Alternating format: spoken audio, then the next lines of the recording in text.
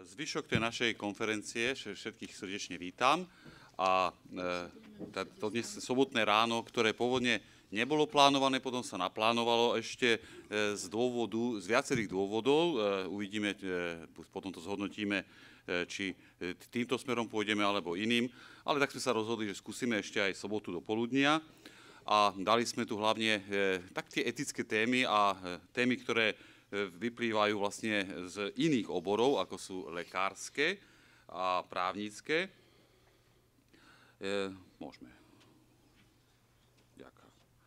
No a ja som tiež rozmýšľal, ako prispieť z hľadiska vôbec aplikovanej etiky, z hľadiska princípov, tak som zobral v januári, a máme to aj v našom zborníku, venujeme sa v poslednej dobe, hlavne v západnej Európe, u nás to teraz ani tak veľmi netlačí, ale hlavne Francúzi sa tomu veľmi silne venujú. Nemci takisto, vlastne profesor Zám by to tiež mohol povedať, alebo môj doktor Vater, profesor Schockenhoff, ktorí sú spolu vlastne v etickej komisii nemeckej kancelárky, tak toto riešili posledný pôrok dosť intenzívne. A to je vlastne problém asistovanej samovraždy v prípadoch, keď človek počuje nejakú neblahú novinu, napríklad aj to, že je onkologický pacient. Nie len tento prípad, sú samozrejme aj mnoho iných prípadov, ale aj táto téma onkologický pacient hraje tú veľkú úlohu. Moderná doba je taká zvláštna, pokúša sa nám hovoriť, že čím ďalej tým viac všetko môžeme, sami môžeme a aj sa o tom dosť presvedčujeme, lebo naozaj ten vedecko-technický pokrok ide veľmi rýchlo dopredu a sme schopní urobiť veci, ktoré sa nám nikdy nesnívali. Ale napriek tomu všetkému chcem sa troška zamyslieť nad tým, čo to vlastne znamená, keď ja ako človek poviem, že pre ľudskú dôstojnosť ja chcem rozhodovať o tom, kedy končí môj život. Toto sú také veľmi vážne témy, ktoré sa posledne preberajú a nikto iný nemá právo o tom rozhodnúť.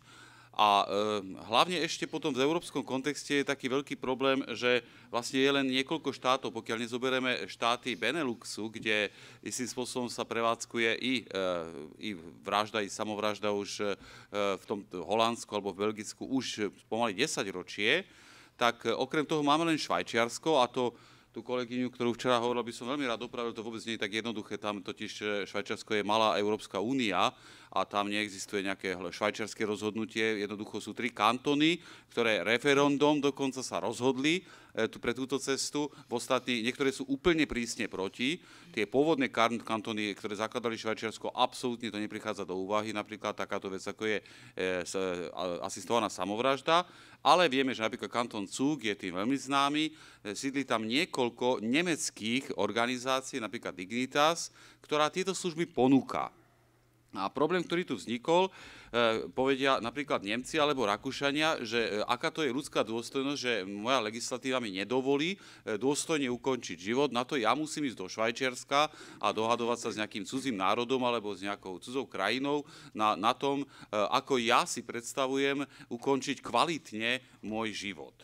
Nehovoriac o mnohých pikoškách, ktoré tam potom z toho vybehnú, že tá Dignitas napríklad niekedy má tak plne obsadené miestnosti, v ktorých sa tieto veci vykonávajú, že jednoducho vznikol škandál v roku asi 2006, keď 2 nemeckí občania, ktorí si vyžiadali asistovanú samovraždu, nemali priestor, tak museli im pichnúť tú injekciu na ulici, na parkovisku dolu pred tou ubikáciou, pretože bolo všetko obsadené hore.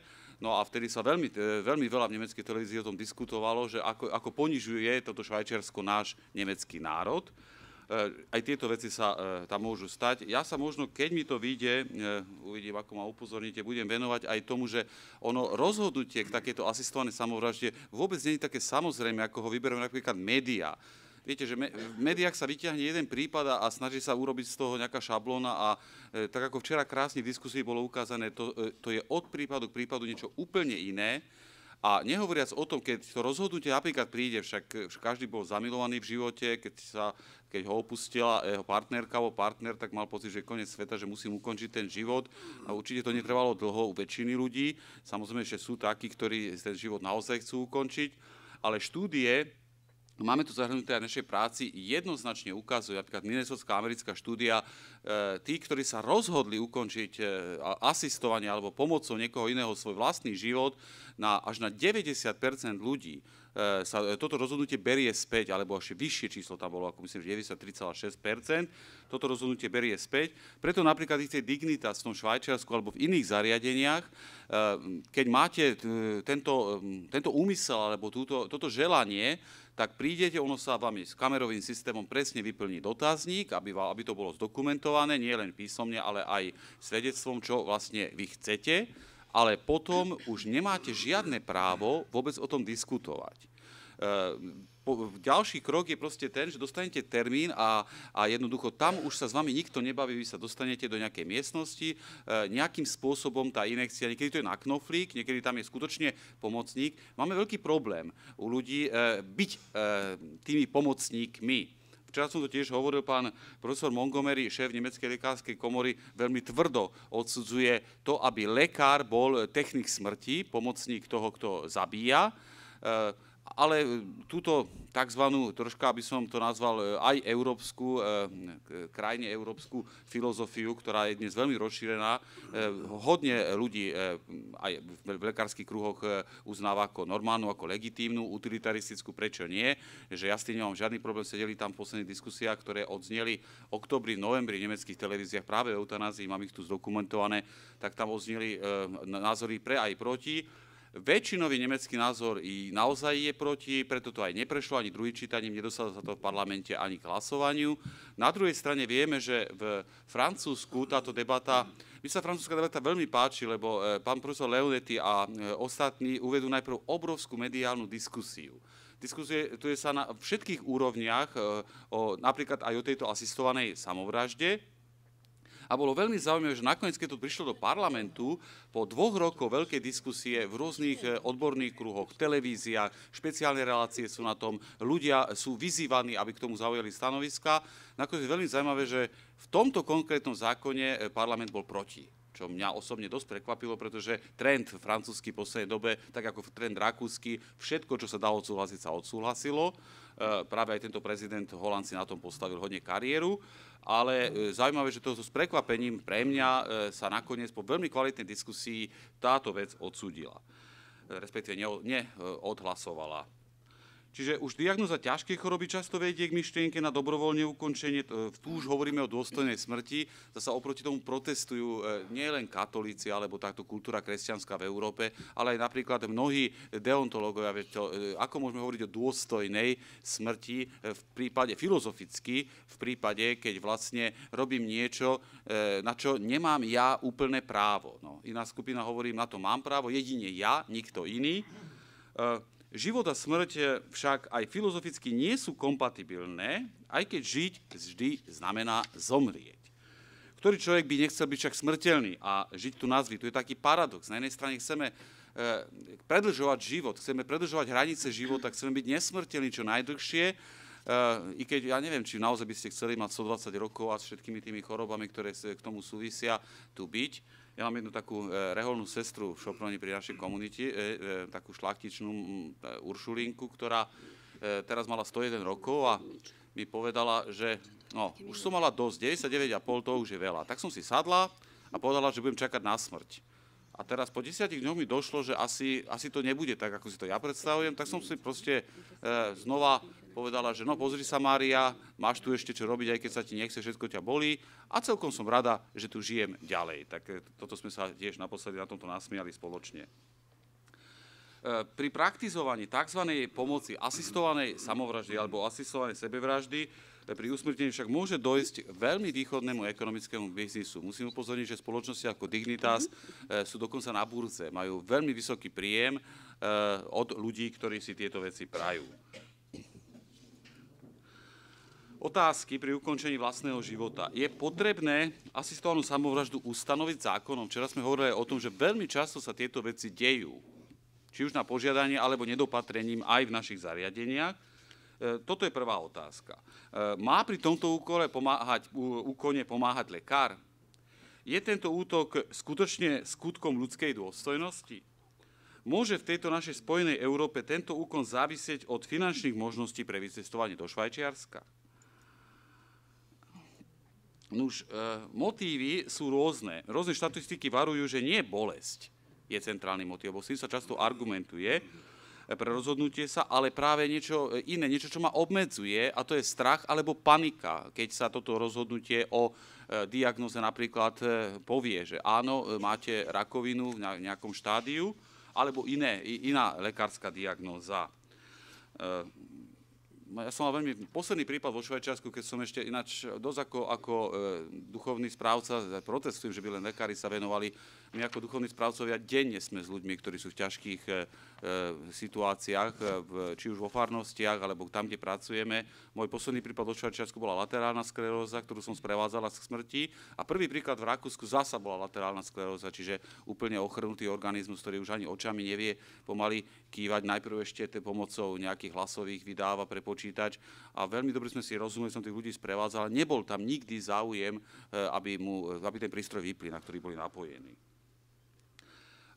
Minulý rok na našej konferencii sme si povedali napríklad takúto vec, že pre uvedomenie si hodnoty vlastného života je potrebné prijať podmienky života. A medzi tieto podmienky patrí smrteľnosť človeka, že sme smrteľní, to nebudeme nekonečne dlho. A potom prijať aj utrpenie, ako možnosť vznútornenia sa človeka. Viete, môžeme povedať, že nechcem vidieť utrpenie, nechcem trpieť. Napríklad posledný prípad, veľmi známy v Rakúsku, je jeden spisovateľ, teraz jeho meno si presne nepamätám, bola jeho manželka v televíznej relácii, sa dozvedel, že asi bude mať rakovinu. Doslovne asi, s tým, že o niekoľko možno, ale nie v takom krátkom, takom dlhodobom horizonte, že bude asi jeho život pôjde smerovať k smrti. A tento človek sa okamžite rozhodol, tak toto ja nechcem trpieť, nechcem žiadnu bolesť cítiť, okamžite si prajem a odišiel z manželku do Švajčiarska, kde mu pichli smrtonosný koktejl a vlastne ukončil svoj život. Ešte predtým napísal o tom knihu, o tomto rozhodnutí a teraz pani manželka chodí s tou knihou a prezentuje na rôznych fórach a proste autogramiádach. Opačný názor rozhodnutia o ukončení vlastného života je vlastne výrazne, to si musíme tiež uvedomiť z filozofického hľadiska, v opozícii k tzv. Anonymnej smrti v nemocnici. Profesor Schopenhauer však takéto smrti pripočítava skôr tzv. Osobnú smrť, ukončenie pozemského života v svojom individuálnom kruhu. A pléduje za to, že aby sa nezabudlo, to ešte si povieme, ľudia väčšinou nechcú odísť ani autonómne z tohoto sveta takýmto spôsobom. Oni len jedno chcú, aby nezomierali ako nejaké číslo, alebo ako neznámy človek niekde, aby niekto naozaj sa im venoval, aby bol nejaký blízky, ktorý bude sprevádzať doslovne.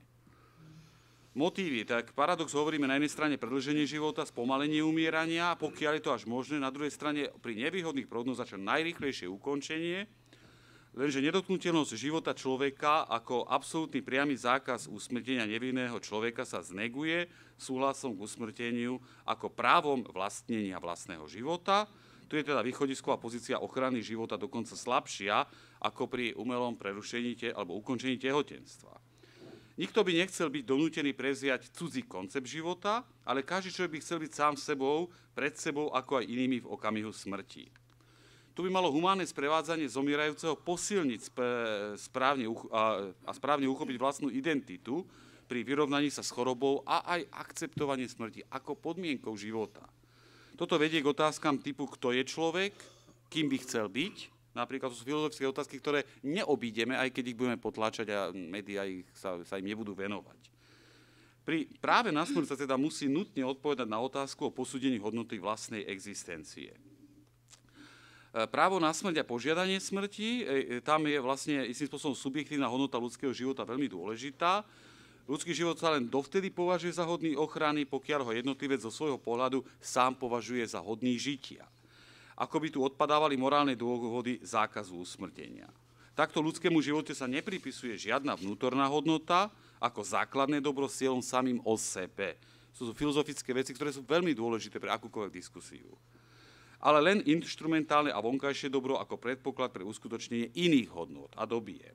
Teda rešpekt pred vlastným morálnym rozhodnutím sa môže premeniť na povinnosť naplniť jeho túžbu po smrti, smrť ako tzv. Dobročinný skutok.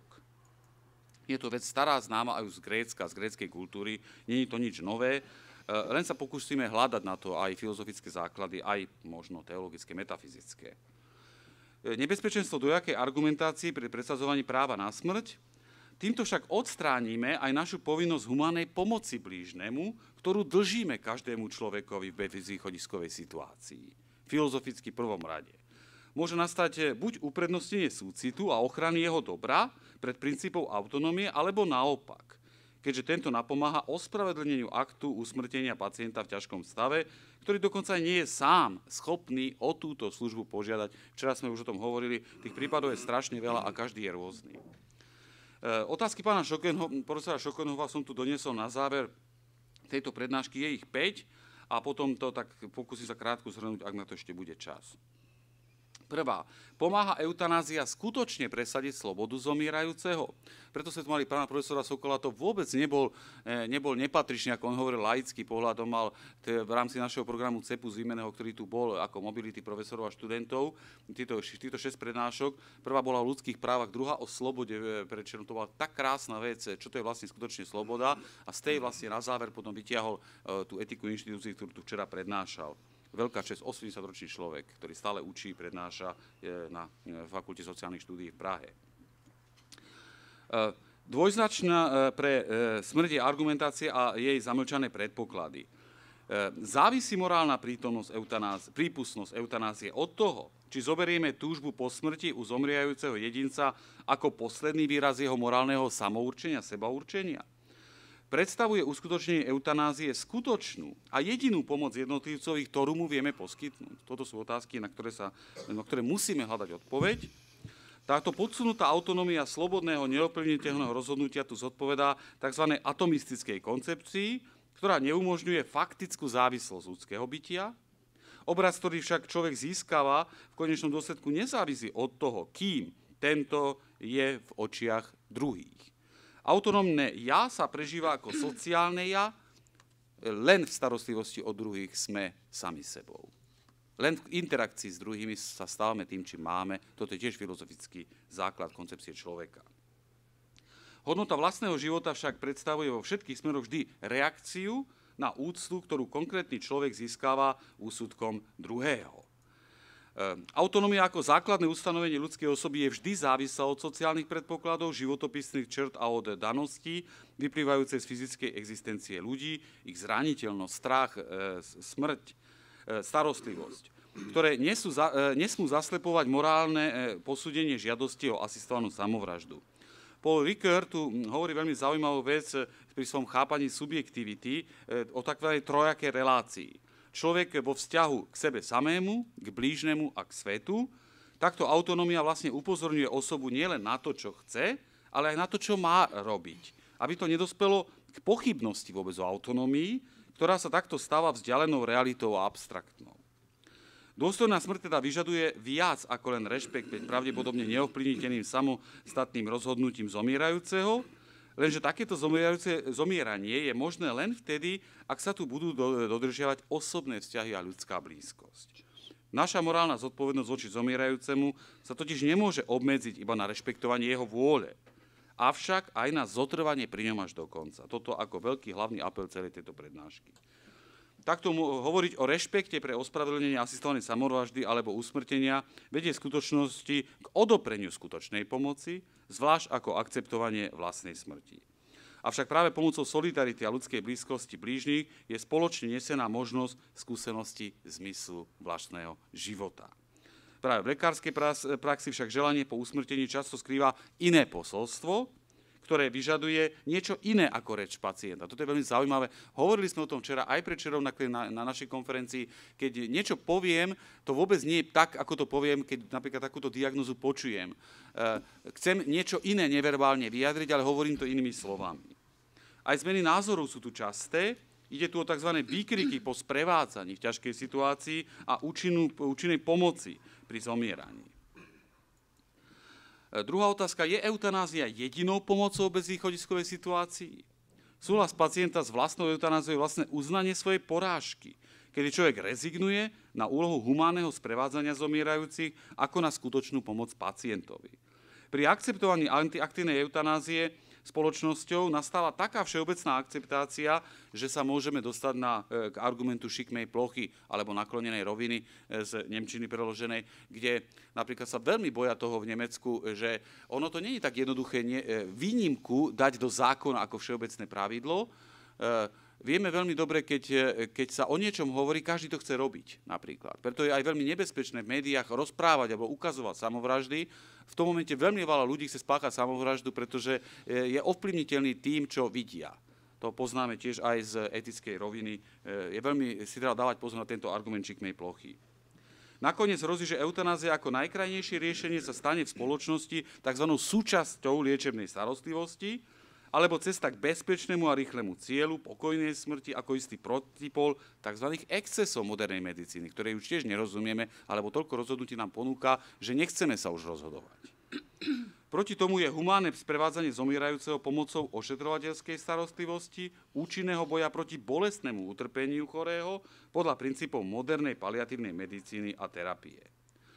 Tretia otázka. Existuje morálne relevantný rozdiel medzi zabitím a nechaním zomrieť? Ako včera tá pani kolegyňa z Čiech tu položila si. Veľa by som tam mohol s ňou o tom diskutovať. Ja tu len ukážem pár takých základných vecí, aby som už nepreťahoval. Mnohí si myslia, že rozdiel medzi aktívnou a pasívnou je nepodstatný. Hovorí sa tu o princípe teórie ekvivalencie. Prehľada sa tu však zásadne úmysel jednania konajúceho, teda lekára. Ponechať pacienta žiť alebo spôsobiť jeho vlastnú smrť vôľou lekára. Otázka rešpektovania hraníc smrti lekárom avšak nie zabitím, ale uľahčením utrpenia, to je rozdiel v chápaní úcty k ľudskej dôstojnosti pacienta a nedotknuteľnosti jeho života. Autonómia teda zabitím je potieraná a nie rešpektovaná. To je tzv. Latentný dualizmus, oslobodzujem zomierajúceho dokonca od neho samého. Štvrtá otázka. Je asistovaná samovražda pre pacienta lepšou alternatívou ako jeho žiadosť o usmrtenie? Povolenie tejto samovraždy asistovanej v mnohých krajinách prvý krok k uzákoneniu eutanázie. Patrí asistovaná samovražda do kategórie aktívneho usmrtenia, pretože tu pomocník, a bojím sa povedať veľmi často, musíme mať lekára pri takýchto úkonoch, toto je práve najväčší problém, pripravuje a umožňuje samovraždu toho, kto si ju praje. Akú váhu má tu fakt, že tento pomocník na záver reťazca jednania sám túto samovraždu koná? Tak, že lekárom pripravený koktejl sám požije, alebo pomocou stlačenia gombíka spustí výkon injekcie, ktorú mu lekár sám pripraví? Základ odpovede, fyzické prevedenie má pre morálne posúdenie úkonu tu skutočne vedľajší význam. Dôležitá je tu úmyslová štruktúra jednania a príčinná úloha. Formálna spolupráca lekára je postavená na rovnakú úroveň ako úkon hlavného jednajúceho, teda pacienta. Kedy výjsť pacientovej žiadosti v ústrety blízkosti smrti alebo pri ťažkých bolestiach vôbec? Pán profesor Šokenho hovorí, že podľa toho, akú úlohu zohráva príkaz na zachovanie života a maxima in dubio pro vita, v pochybnostiach pre život, v zmysle samotného lekárskeho etosu. Vôbec, ako som ja nastavený ako lekár, čo robím v živote. Ak je pacientová autonómia jediné meradlo, tak je to konsekventné. Ak však príkaz na udržanie života je nezávislý cieľ od lekárskeho jednania, tak eutanázia protirečí lekárskemu etosu. No a tu Montgomery hovorí, väčšina pacientov nechce ukončiť život, ale bolesť. A lekári nie sú technici smrti, ale profesionáli života. Výnimka eutanázia by mala ostať výnimkou teda. A nie novým morálnym pravidlom, výnimky totiž pravidlá predpokladajú. Uzákonenie výnimiek by veľmi skomplikovalo rozhodnutie. Napríklad tu mám, a to je dokázané tiež, 80% nárast dopytu po eutanázii vo Švajčiarsku po uzákonení. Pozor na nebezpečenstvo príťaže tzv. Nevyhovujúcich ľudí. To je ďalší veľmi dôležitý argument. Čo sa stane inak v našej spoločnosti so slabými jedincami? Nedojde k ekonomizácii spoločnosti a odstraneniu nepohodlných a ekonomiku zaťažujúcich? Posledný argument je práve, sú argumenty šikmej plochy nepodložené? Že ale čo, budeme si hovoriť, proste sloboda je viac ako nejaké katastrofické scenáre. Tieto argumenty však nestoja v žiadnom rozpoznateľnom vzťahu k individuálnemu utrpeniu jednotlivca. Sami pôsobia nepresvedčivo, lebo sa používajú ad hoc. Na druhej strane sú možné a preto sa musia brať vážne. Ak sa totiž vonkajšie obmedzenie zákazu zabíjania uvoľní, tak neexistuje žiadny vnútorný princíp obmedzenia laviny myšlienok o eutanázii, skôr k akceptácii spoločnosťou. Záverečné úvahy. Rozvoj úvah o eutanázii potláča myšlienky na smrť v individuálnej modernej spoločnosti, kde smrť sa považuje za prehru. Zasa neakceptované základné podmienky života, že človek je smrteľný. Osamelosť zomierajúceho poukazuje na osamelosť života ako takého.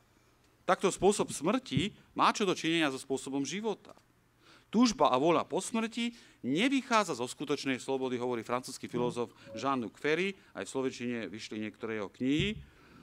V spoločnosti, v ktorej existencia jednotlivca nie je v súlade so žiadnym vyšším zmyslom celku, ktorý by v dobe krízy ponúkal bytiu spojené významové prvky života, bude stále ťažšie bojovať proti chorobe a stárnutiu, zomieraniu a smrti.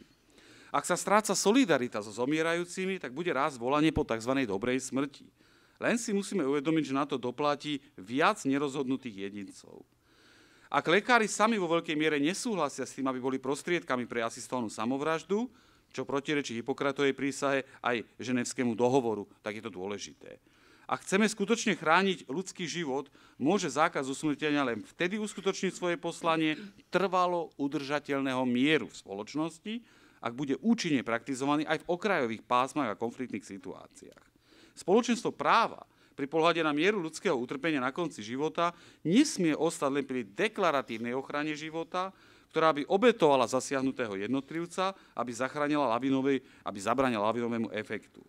Avšak taká spoločnosť, ktorá dodržuje zákaz zabíjania, pretože sa toto nezlučuje s jej morálnymi princípami, musí starým ľuďom, chorým a zomierajúcim ponúknuť niečo. A to nutnú solidaritu, ktorá by im uľahčila prijatie ich osudu. Aj dnešní mladí ľudia budú raz starí. Sprevádzanie na konci života je totiž viac ako jeho ukončenie. Nože paliatívna medicína by sa mala stať súčasťou štúdia na lekárskej fakulte. Budete sa mi veľmi čudovať. Učím aj na filozofickej fakulte, tu máme aj našich študentov z filozofickej fakulty, aj pedagógov. Bol som prekvapený, keď študenti nevedia, čo to je paliatívna medicína. Nevedia, vôbec to nepočuli. V akej spoločnosti to potom vlastne žijeme? Ďakujem za pozornosť.